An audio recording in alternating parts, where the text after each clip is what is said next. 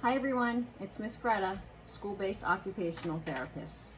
In today's video, we're actually not going to talk about fine motor skills for a change, but I just want to give you a brief introduction and some activities to do with your child to help them along perceptually and visually, doing tasks that will help them eventually learn how to recognize letters and eventually words and learning how to read.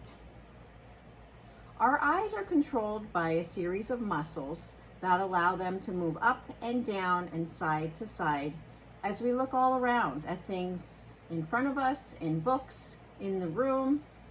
The eye movements are the fastest and most frequent movements made by the human body. So there's a lot of control and things going on in your eyes when you're reading.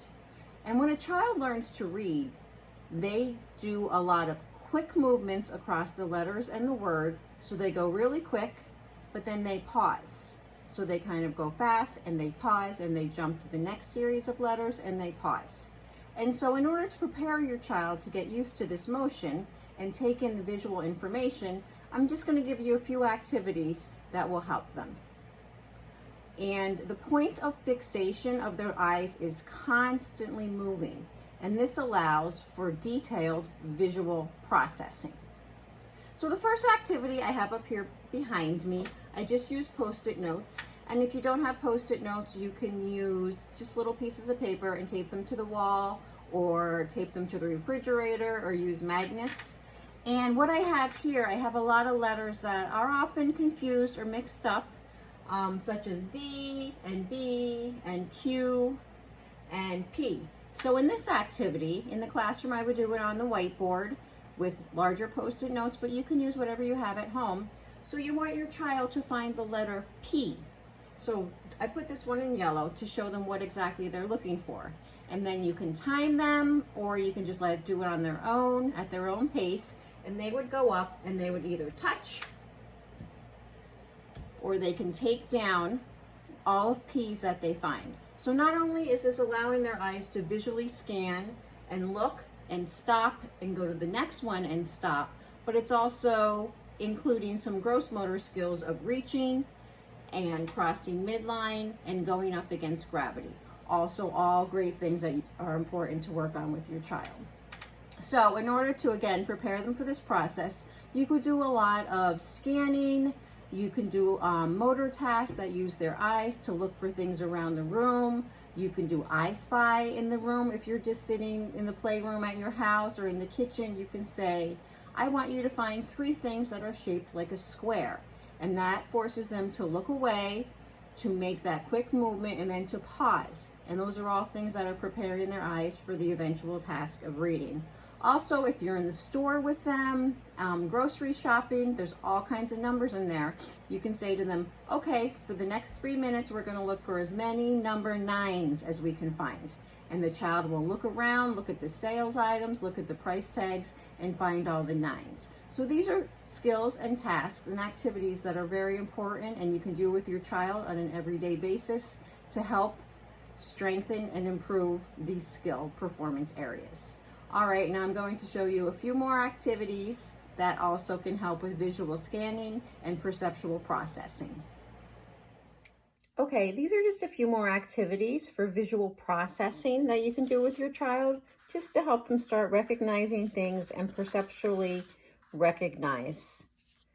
All right, shapes are something that they learn in the preschool and toddler years. So just to put a little more motor and feedback things into it, you can use pipe cleaners and have them create the shapes like this, or you can have them cut little pieces to make it a little bit better. Now that one's a little small, so I would use a little bit of a bigger one, and they could create a circle like that, and it's not staying together. You can also use yarn, or you can use small pieces of string, and if they need to cut them, that's another thing. They can help practice their cutting skills.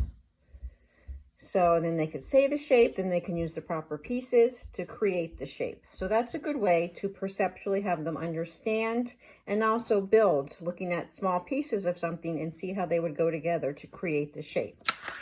Now, if they're a little more advanced and they can recognize their name or recognize letters, you can also do it with their name. So you would put their name out on a piece of paper and give them some pipe cleaners or pieces of yarn, and they can cut the little pieces. You can do this with popsicle sticks that might be a little bit bigger. And I'm looking for my scissors, sorry. So then this is something that's great for them to perceptually process things. And look how different pieces of things go together. All right, so we're not going to do the whole name, but just to give you an idea of building things like that. All right. Now, similar to what I just did on the wall behind me, you can also do on a small whiteboard or with a piece of paper. And you can say to them, okay, we're going to look for the letter M. I want you to look through all these letters, and you can either circle or cross off all the letter M's, and then they would do that for you. Okay, I only put 2 on here just to show you. You can make them smaller. You can maybe mix some numbers in. Mix some numbers in with them, and just to put a little variety of things in there. So that's another visual scanning and processing. And also I have one that I did with numbers as well. So the same process. And like I said, you can use a piece of paper or construction paper, and same thing here. They can cross off. You're going to say we're looking for all the number 5s. So then they're going to cross off all the number 5s. Now these are pretty simplistic, and some students, this might be a just right fit for them. If this is really super easy for them to do, you could modify it and put a lot more numbers and letters on here. Or you can write some maybe sideways and say to them, I want all the ones that are looking the right way up. All right, so that's another modification you can do. And simple things like I Spy books are a great idea and a great suggestion for the visual processing, the figure ground, finding things with things all around them. So look for the yellow fish. There it is. So I Spy books are a great activity to help strengthen this skill. And then here's another one. This is from the highlight series, but I know there's a lot of these in like coloring books. So you can say, I want you to find the green crayon, and they're going to come over here and scan and find the green crayon right here. So these are a lot of activities I also do with children.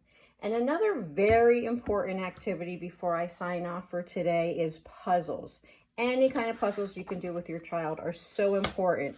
I don't have one here with me, but you can use board puzzles. You can use things you cut out and they put back together. And perceptually, that's a great activity for children to learn these very important visual skills.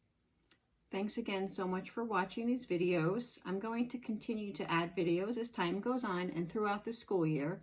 So please like this page, share it with anyone you would like, and subscribe if you're interested. Thanks again. Have a great day.